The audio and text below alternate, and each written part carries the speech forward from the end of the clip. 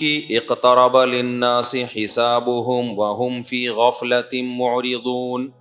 اللہ فرماتے ہیں لوگوں کے لیے حساب و کتاب کا دن قریب سے قریب تر آتا چلا جا رہا ہے، لیکن وہ اپنی غفلت میں ہماری آیات سے اعراض کر رہے ہیں. جیسے جیسے ہمارے قدم موت کی طرف جا رہے ہیں نا، دنیا ہم سے بچھڑنے والی ہے، اور ہم ایسے بے وقوف اور پاگل ہیں، کیک کاٹ کاٹ کے خوشیاں منا رہے ہیں. خوشیاں منا رہے ہیں ہم کیک کاٹ کاٹ کے کہ ہم 56 سال کے ہو گئے. ابے تو اور موت کے قریب ہو گیا ہے. پھانسی کے پھندے پہ لٹکنا تھا، کسی نے یہ مائک اٹھا کے پھینک دو خدا کے لیے. کل بھی اتنا خراب تھا ہمارے گلے کا، تو پھر بھی کوئی علاج ہے، اس کا کوئی علاج نہیں ہے. تو آپ نے خطیبوں کی میمز دیکھی ہیں؟ ممبر پہ نا مائک اٹھا کے پھینک دیتے ہیں، دیکھا ہے نا؟ آج بھی کسی خطیب کی وہ آئی ہوئی تھی، مائک کو یوں نا صحیح نہیں ہو رہا تھا، تو اب لوگ وہ چلا دیتے ہیں. اس کے بعد پروگرام جاری رہا یا ختم ہو گیا؟ نہیں، پروگرام کدھر جاری رہا، پروگرام تو اٹھا کے اس نے مائک پھینکا ہے، پروگرام تو بڑھ گئے. تو میں بھی سوچ رہا ہوں کسی دن نا یہ مائک اٹھا کے پھینک دوں. تو یہ دن میں ٹھیک کیا کرو میرے بھائی، دن میں ٹھیک کر دیا کرو بیٹھ کے نا، اس کو 20 آدمیوں کا تجربہ کیا کرو اس کے اوپر. تو اللہ تعالیٰ فرماتے ہیں لوگوں کا حساب و کتاب روز بروز قریب آ رہا ہے. وَهُمْ فِي غَفْلَةٍ مُعْرِضُونَ، اور یہ غفلت میں ہماری آیات سے اعراض کر رہے ہیں. اللہ میاں تو ہمیں تنبیہ کرتے جا رہے ہیں، لیکن جب ہماری آنکھ بند ہوگی نا، اس وقت ہمیں احساس ہوگا کہ ہم نے کتنی غفلت میں دن گزار دیے، کتنی غفلت میں دن گزار دی. تو کچھ ہوش کے ناخن لینا چاہیے بھائی. دولت، شہرت، عزت، مکان، اسی کے پیچھے بھاگ کے زندگی ختم نہ کریں.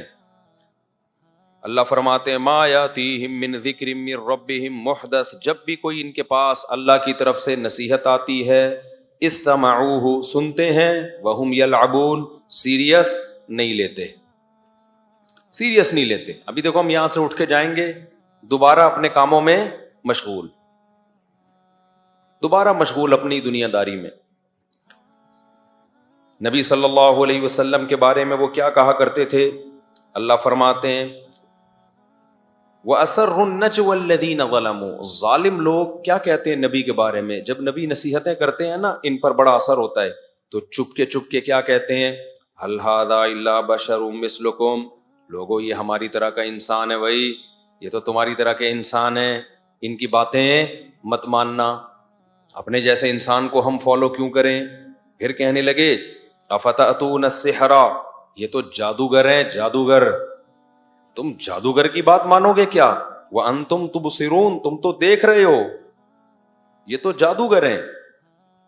پھر کہنے لگے اضغاث احلام، ارے بھائی ان کی باتیں پراگندہ خیالات ہیں، کچھ مکس کر کے کچھ باتیں ہیں جو معاذ اللہ اوٹ پٹانگ قسم کے کچھ باتیں ہیں. حالانکہ کتنی کلیئر باتیں ہیں نا قرآن مجید کی، 2 اور 2 4 کی طرح فطرت کو اپیل کرنے والی. اسے کہتے ہیں پروپیگنڈا، جو آج بھی یوٹیوب اور فیس بک پر بہت ہو رہا ہے، بہت ہو رہا ہے پروپیگنڈا. باتوں کو گھماؤ گھماؤ گھماؤ گھماؤ، لوگ اس گھمانے سے کیا ہوتے ہیں؟ متاثر. تو کبھی بھی خوب سمجھ لو، جب بھی کوئی کسی پہ الزام لگائے، کوئی بات کرے، اس کو اینالائز کرنا سیکھو، ٹھنڈے دل سے تجزیہ کرنا سیکھو، کبھی بھی جذبات میں نہ ہو. ہمیشہ آپ ہم سب پر لازم ہے نا ہم حق کو تلاش کریں. حق کی تلاش کبھی بھی جذباتی انداز میں نہیں ہوتی. کسی کے دعووں سے، نعروں سے کبھی متاثر نہ ہوا کرو. دعوے آج بہت زبردست چل رہے ہیں، کوئی یہ نہیں ثابت کر سکتا، کوئی آج مذہبی رہنماؤں کے دعوے تو ایسے ہوتے ہیں کہ لوگ ان کے اسٹائل سے متاثر ہوتے ہیں. یہ حدیث ضعیف ہے، کسی کا باپ بھی صحیح ثابت نہیں کر سکتا. یہ حدیث صحیح ہے، کسی کا باپ بھی ضعیف ثابت نہیں کر سکتا. ابھی ایک نیا کلپ آیا کسی اسکالر کا، وہ کہہ رہے ہیں کہ 1400 سال سے جو فلاں صاحب نے جو قرآن سنت سمجھا ہے وہ آج تک کسی نے نہیں سمجھا. تو ایسے ایسے اور لوگ متاثر ہوتے ہیں. تو ہمیشہ یاد رکھو کبھی بھی کوئی سائنٹسٹ ہو, کوئی سیاستدان ہو, کوئی مذہبی اسکالر ہو, کبھی بھی نعروں پہ اور دعووں پہ مت جاؤ. ہمیشہ چیزوں کو نا ٹھنڈے دل سے تجزیہ کرنا سیکھو تو حق ملے گا تمہیں. ورنہ یہ پروپیگنڈا جتنا مشرکین نے کیا ہے نا, اتنا آج تک کسی نے نہیں کیا. کیسے کیسے الزام لگا رہے ہیں, اضغاث و احلام, ابے ان کے مختلف قسم کے خیالات ہیں جو ایک گٹھری بنا کے انہوں نے پیش کر دی ہیں. کوئی بندہ بیٹھا ہوا ہے مائک ٹھیک کرنے کے لیے, بیٹھے رہو وہیں پہ, بیٹھے رہو, اٹھنا نہیں. کبھی مائک نیچے جا رہا ہے, کبھی اوپر جا رہا ہے. اللہ فرماتے ہیں بل افتراہ, پھر اپنا الزام چینج کرتے ہیں, کہتے ہیں نہیں اصل میں یہ قرآن پراگندہ خیالات نہیں ہیں. پہلے انہوں نے اسٹیپ بائی اسٹیپ الزام لگائے. دیکھو پہلا الزام یہ کہ بھائی ایسے ہی بیٹھے بیٹھے نا منہ میں کچھ بھی آ گیا بول دیا انہوں نے, اور اس کو قرآن کا نام دے دیا. اچھا قرآن خود یہ بات بھی ذکر کر رہا ہے, اس کو بھی کہہ رہے ہیں کہ یہ پراگندہ خیالات ہیں. پھر کہتے ہیں بل افتراہ, نا نا نا نا, انہوں نے گڑھا ہے, یہ خود سے بنایا ہے. پھر کہتے ہیں بل ہوا شاعر, اصل ہے بات ہے یہ شاعر ہیں, انہیں الفاظ کے قافیے ملانے آتے ہیں. تو وہ ایسا اٹریکٹیو کلام بنا دیا اپنی شاعری کی طاقت سے کہ لوگ اس کی طرف کھچے چلے جا رہے ہیں. مضمون نہیں دیکھ رہے کہ وہ کہہ کیا رہے ہیں. نہ یہ شاعری ہے قرآن, نہ پراگندہ خیالات ہیں, اور نہ ہی نبی نے اس کو گڑھا ہے. گڑھا تو وہ جو خود بہت بڑا کالم نگار ہو وہ تو چیزوں کو گڑھ سکتا ہے. جس نے 40 سال کبھی الف اور بے نہ لکھا ہو, الف اور با کا فرق نہ جانتا ہو, وہ اچانک ایسا کلام کیسے گڑھ سکتا ہے جس کی طرف لوگوں کی طبیعت مائل ہو رہی ہو. تو اللہ فرماتے ہیں یہ دیکھو فَلْيَأْتِنَا بِآيَةٍ كَمَا أُرْسِلَ الْأَوَّلُونَ, اگر یہ ان کا کلام نہیں ہے اللہ کا کلام ہے تو کوئی معجزہ لے کر آئیں یہ ہمارے سامنے, یوں کریں اور چشمہ جاری ہو جائے. ایسے ایسے الزامات.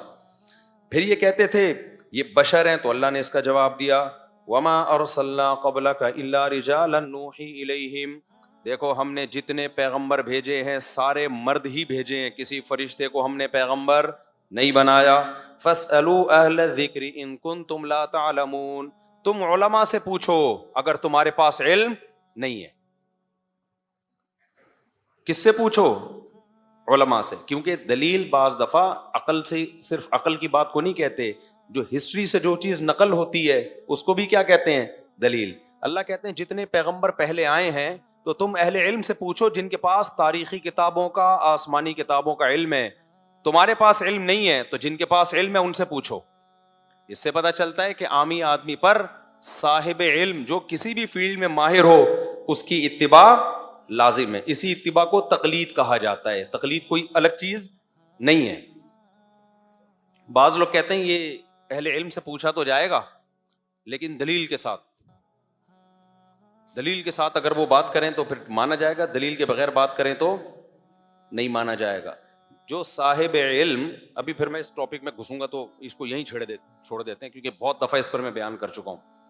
خلاصہ یہ ہے کہ جو صاحب علم, جس کے علم پر آپ کو اعتماد ہو کہ وہ خود گمراہ نہیں ہے, اس سے اگر دلیل پوچھ کے چلو گے تو پھر یہ دلیل کی اتباع کہلائے گی, صاحب علم کی اتباع نہیں کہلائے گی. صاحب علم دلیل کے پیچھے چلے گا اور عامی آدمی اس صاحب علم کے پیچھے چلے گا جس کے بارے میں یقین ہے کہ یہ دلیل کو فالو کرتا ہے. ہاں خود ہی دلیل کو فالو نہیں کرتا, اس کی اتباع اندھی تقلید ہے, وہ حرام اور ناجائز ہے. اور اللہ میاں نے یہ جو کہا ہے کہ اہل علم سے پوچھو, تو یہ اس لیے تھوڑی کہا کہ پوچھو پھر عمل نہیں کرو. پوچھنے کا حکم کیوں دیا گیا ہے کہ جو جواب ملے آگے اس جواب میں اس کو فالو کرنا ہے ہم نے. چلو بھائی آگے اللہ تعالیٰ فرماتے ہیں کہ اہل علم سے پوچھو جتنے پیغمبر پہلے آئے ہیں سارے کیا تھے؟ مرد. اس سے پتہ چلتا ہے کہ نبی نور نہیں ہوتے, فرشتے نہیں ہوتے, نبی بھی کیا ہوتے ہیں؟ مرد ہوتے ہیں. انسان کی دو قسمیں ہیں, مرد اور عورت. تو یہ بشر کی قسمیں ہیں کہ نہیں ہیں؟ تو اس سے پتہ چلتا ہے بھائی جو لوگ نبی کی بشریت کا انکار کرتے ہیں وہ بھی اس آیت کے منکر ہیں. ہمارے نبی بشر بھی تھے, اور بشر کی دو قسمیں مرد اور عورت, ان میں کیا تھے؟ مرد تھے، کیونکہ دونوں جنسوں میں اللہ نے مرد کو عورت سے افضل بنایا ہے۔ فیمنسٹ لوگ آج کل کیا کرتے ہیں، عورت اور مرد کو ایک جیسا بنا دیا نا انہوں نے۔ تو اللہ نے پیغمبروں کو مرد اس لیے بنایا کہ مردوں میں کوالٹیز، بولو، گھبراؤ نہیں، بار بار کہہ رہا ہوں، ابھی یہاں کوئی نہیں دیکھ رہا تمہیں، پھر مجھے نیچے کمنٹس آتے ہیں یہ تو ہمیشہ مردوں کو فیور کرتا ہے، یہ آدمی عورتوں کے حقوق پہ تو کبھی بات ہی نہیں کرتا۔ میں جتنا خواتین کے حقوق پہ بات کرتا ہوں کوئی بھی نہیں کرتا، میں پائیدار بات کرتا ہوں، ہوائی بات پھینکتا نہیں ہوں خواتین کے حقوق کے نام پہ جو خام خام میں پھینکے جا رہے ہیں۔ اور عورت اپنے آپ کو شوہر کے ماتحت سمجھے گی تو اس میں عورت کو بھی فائدہ ملے گا، کیونکہ مرد اسی عورت کو دل دیتا ہے جس کے بارے میں سمجھتے ہیں میری فرما بردار ہے۔ جب مرد کو پتہ چل جائے یہ مجھے اور اپنے آپ کو برابر سمجھتی ہے تو مرد اس کو سے وفا کرنا چھوڑ دیتا ہے۔ یہ مرد کی یہ فطرت ہے، وہ پھر وسیم سے شادی نہیں کر لیتا۔ کیا خیال ہے بھائی؟ وہ کہتا ہے جب یہ وسیم بھی اور میری بیوی جو ہے وہ دونوں ایک جیسے ہیں، اس کو ماتحت ہوگی تو مرد کی محبت ملے گی اس کو، وہ کہے گا میرے ماتحت ہے، غلام نہیں ہے۔ ماتحت ہونا، دیکھو ہم حکومت کے ماتحت ہوتے ہیں، غلام تھوڑی ہیں ہم حکومت کے ماتحت ہیں۔ اگر آپ حاکم کی آنکھوں میں آنکھیں ڈال کے بات کرو اور اس کو رسپیکٹ نہ دو، بولے میرے تیرے میں کوئی فرق نہیں ہے، تو حاکم متاثر نہیں ہوگا، وہ آپ کے رائٹس دینا چھوڑ دے گا۔ تو اس لیے اللہ میاں نے عورت کو کہا کہ تم شوہر کی غلام نہیں ہو، لیکن شوہر سرپرست ہے اور تم اس کی، بولو، ماتحت۔ تو مرد اور عورت کی جنس میں مرد چونکہ افضل تھا تو اس لیے اللہ نے پیغمبروں کے لیے کون سی جنس کا انتخاب کیا؟ مرد کی جنس کا انتخاب کیا۔ سمجھتے ہو کہ نہیں سمجھتے ہو؟ تو اللہ فرماتے ہیں وَمَا جَعَلْنَاهُمْ جَسَدًا لَا يَأْكُلُونَ الطَّعَامَ، مشرکین کہتے تھے یہ کیسے بشر ہیں، یہ کیسے پیغمبر ہیں، یہ تو کھاتے بھی ہیں پیتے بھی ہیں، یہ تو ہماری طرح ان کو بھوک بھی لگتی ہے۔ اللہ کہتے ہیں ہم نے ان سے پہلے جتنے پیغمبر بھیجے کسی کو ایسا جسم نہیں دیا کہ جو کھاتے نہ ہو، سب کو بھوک لگتی ہے، سب کے کو پیاس لگتی ہے، تو محمد صلی اللہ علیہ وسلم کو بھی بھوک بھی لگے گی اور محمد صلی اللہ علیہ وسلم کو پیاس بھی لگے گی۔ کوئی نئے پیغمبر تھوڑی ہیں جن کو ایک الگ جسم دے کے بھیجا ہو۔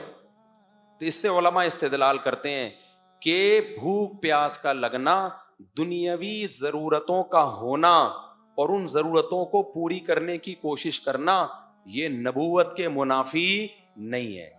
تو سوچو جب نبوت کے منافی نہیں ہے تو ولایت کے منافی کیسے ہو گیا؟ آج لوگ کہتے ہیں بزرگ ایسا ہونا چاہیے جو عجیب سا ہو، تھوڑا ڈیفرنٹ اسٹائل کا بزرگ مارکیٹ میں ہونا چاہیے۔ لوگوں کے ذہن میں اتنے کپڑے لدے ہوئے ہوں، اوپر پگڑی، پھر چادر، پھر ادھر چادر، پھر ادھر، 20 قسم کی چادروں میں لپٹا ہوا، چل نہ سکے۔ تو یہ غلط تصور بزرگی کا ہماری کھوپڑی میں بیٹھ گیا ہے۔ بھائی ساری دنیاوی ضرورتیں جو ایک انسان کے بشری تقاضے ہیں وہ جب پیغمبروں میں ہوتے ہیں تو بزرگوں میں کیوں نہیں ہوں گے؟ بزرگ کو دوڑنے کا بھی دل کرے گا، کیونکہ انسان کی جو باڈی ہے نا وہ اگر چلے پھرے نہیں، جیسے کھائے گی نہیں تو مرے گی کہ نہیں مرے گی، ایسے ہی انسانی باڈی کو چلنے اور دوڑنے کی بھی ضرورت ہے۔ میڈیکل سائنس کہتی ہے 24 گھنٹے میں دل کا ایک دفعہ زور زور سے دھڑکنا یہ دل کی صحت کے لیے انتہائی ضروری ہے۔ اب دھڑکے گا کیا؟ کرنٹ لگا کے دھڑکائے؟ چلے گا، دوڑے گا، بھاگے گا، کلابازیاں کھائے گا تو دل ایک دفعہ زور سے دھڑکے گا۔ اگر یہ نہیں ہوگا تو دل آہستہ آہستہ بیٹھنا شروع ہو جائے گا۔ تو اس کے لیے اب کیا کریں؟ کتا پیچھے بھگائے انسان اپنے؟ اس کے لیے ظاہر ہمارے نبی میدان جنگ میں گھوڑوں پہ سوار ہوئے، دوڑے بھی ہیں۔ امی عائشہ کے ساتھ آپ نے دوڑ کا مقابلہ کیا ہے، صحابہ دوڑتے تھے، سلمہ ابن اکوع گھوڑے سے تیز دوڑتے تھے۔ اور آج جو دینداری کا تصور دماغ اور کھوپڑی میں ڈال دیا ہے کہ یہ عالم ہیں، یہ مفتی ہیں، یہ چونکہ بہت بڑے بزرگ ہیں، یہ دوڑ کیوں رہے ہیں؟ تو یہ جہالت ہے، بہت بڑی جہالت ہے۔ اس کو اپنی کھوپڑی سے بولو نکالو۔ جو نہیں دوڑ رہا اس پہ اشکال کرو کہ یہ کیسے بزرگ ہیں، ان کو تو کل ہارٹ اٹیک ہو جائے گا، ان کو تو کولیسٹرول کا ڈبہ بن جائیں گے۔ یہ دوڑنا ضروری نہیں ہے، چل واکنگ تو کریں نا۔ میں ایسے پیروں کو جانتا ہوں جس جگہ بیٹھے ہیں نا اب تک بیٹھے ہوئے ہیں، میں نے کبھی ان کو چلتے ہوئے نہیں دیکھا. ایسے پیر ہیں, ابھی میں کیا اشارے کروں, پھر وہ بڑے مسئلے ہو جاتے ہیں. تو وہ بیٹھے ہوئے ہی ہیں, مجھے تو لگ رہا ہے کہیں زمین نے نیچے سے کھانا نہ شروع کر دیا ان کو. کبھی نہیں چلتے ہوئے دیکھا ان کو میں نے. تو بھائی یہ پروگرام نہیں ہے, یہ اسلام کا بنایا ہوا پروگرام نہیں ہے. نبی نے فرمایا کہ اللہ کو طاقتور مومن کمزور مومن سے زیادہ محبوب ہے. تو بھاگتا دوڑتا چلتا اچھلتا کودتا سارے کام کرے انسان. عبادت کے وقت عبادت ہو, کھانے کے وقت کھانا ہو, نیند کے وقت نیند ہو, دوڑنے کے وقت دوڑنا ہو. تو مشرکین کے دماغ میں بھی نا یہ وہم بیٹھ گیا تھا کہ محمد صلی اللہ علیہ وسلم تو بازار میں جا کے خریداری کر رہے ہیں, یہ کیسے پیغمبر ہیں. اللہ نے کہا جتنے بھی پیغمبر ہم نے بھیجے سارے پیغمبر کھانا بھی کھایا کرتے تھے, وَيَمْشُونَ فِي الْأَسْوَاقِ, اور بازاروں میں خریداری بھی کیا کرتے تھے. ہاں, بازار بدترین جگہ ہے, بلا ضرورت جانا نہیں چاہیے. آگے اللہ تعالیٰ فرماتے ہیں کہ پھر اللہ نے پچھلی امتوں کی ہلاکتوں کا ذکر کیا. پھر اللہ تعالیٰ نے اس کائنات میں جو اللہ کی قدرت کے بے شمار دلائل ہیں ان کا بہت زیادہ تذکرہ کیا. اولم یر الذین کفروا ان السماوات والارض کانتا رتقا, کیا یہ کافر دیکھتے نہیں ہیں زمین اور آسمان بند تھے, ففتقناہما, ہم نے ان کو پھاڑ ڈالا, جدا کر دیا. ایک جگہ قرآن میں اللہ کہتے ہیں کہ والسماء بنیناہا بأید وإنا لموسعون, ہم نے آسمان کو اپنے ہاتھوں سے بنایا, کنایا ہے, وإنا لموسعون, اور ہم اسے وسیع کرتے چلے جا رہے ہیں. ان دو آیتوں میں واضح اشارہ ہے کہ یہ کائنات ایک جگہ ٹکی ہوئی نہیں ہے, یہ پھیلتی چلی جا رہی ہے. تو یہ بھی اللہ کی قدرت کی بہت بڑی دلیل ہے.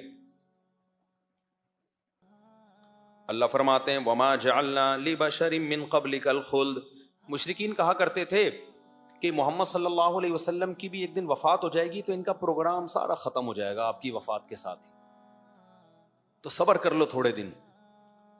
تو اللہ نے فرمایا اے نبی, اللہ نے یہ نہیں فرمایا نہیں آپ پر تو موت واقع نہیں ہوگی. آج کل جتنے بھی مارکیٹ میں امام مہدی آ رہے ہیں نا, ایک بھی نہیں مرتا.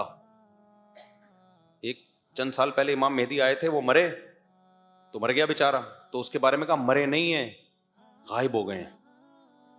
جتنے بھی مارکیٹ میں امام مہدی آ رہے ہیں وہ مر نہیں رہے ہیں, وہ کہاں غائب ہو رہے ہیں اور قرب قیامت میں دریافت ہوں گے. تو اللہ پیغمبر کے بارے میں فرما رہے ہیں کہ اے نبی یہ آپ کو ڈرا رہے ہیں یا آپ کے بارے میں باتیں کر رہے ہیں کہ آپ دنیا سے چلے جائیں گے تو آپ کا سارا جو سیٹ اپ تھا وہ ختم ہو جائے گا اسلام کا. تو اللہ نے یہ نہیں فرمایا نہیں آپ دنیا سے نہیں جائیں گے, نہ. اللہ نے فرمایا وما جعلنا لبشر من قبلک الخلد, اے نبی ہم نے آپ سے پہلے کوئی ایسا انسان پیدا نہیں کیا جو ہمیشہ زندہ رہے گا, لہذا آپ پر بھی موت واقع ہوگی. افئن متا, لیکن اتنی بات ہے اگر آپ پر موت واقع ہوگی تو فہم الخالدون, تو کیا یہ ہمیشہ رہیں گے؟ یہ آپ کو تو موت کے طعنے دے رہے ہیں اور خود موت سے غافل ہو گئے ہیں. اس لیے کہتے ہیں دوسرے کی موت کی فکر کے بجائے کس کی فکر کیا کرو؟ اپنی موت کی, کہ میں مروں گا تو میرا کیا ہوگا. آگے اللہ فرماتے ہیں کل نفس ذائقۃ الموت, ہر نفس نے موت کا ذائقہ چکھنا ہے, ہر نفس نے موت کا ذائقہ چکھنا ہے. وَنَبْلُوكُمْ بِالشَّرِّ وَالْخَيْرِ فِتْنَةً, لیکن اللہ فرماتے ہیں یہ تو گورا بھی مانتا ہے کہ ہر نفس نے موت کا ذائقہ چکھنا ہے. یہاں تک تو سب ہندو عیسائی سکھ اختلاف, کوئی اختلاف نہیں. اختلاف اس میں وَنَبْلُوكُمْ, اللہ کہتے ہیں جب تک ہم تمہیں زندگی دے رہے ہیں نا ہم تمہیں آزمائیں گے, اس میں اختلاف ہے. موت کا سب کو یقین ہے, موت سے پہلے ہمیں زندگی ملی کیوں ہے؟ گورا کہتا ہے انجوائے کرنے کے لیے ملی ہے, اللہ کہتا ہے آزمائش کے لیے ملی ہے. وَنَبْلُوكُمْ, ہم تمہیں آزمائیں گے, بِالشَّرِّ وَالْخَيْرِ, خوشیاں دے کے بھی اور غم دے کے بھی, اور یہ فتنہ یہ آزمائش کے طور پر ہوں گی. وَإِلَيْنَا تُرْجَعُونَ, لیکن لوٹ کر بالآخر تم نے کہاں آنا ہے؟ ہمارے پاس ہی آنا ہے.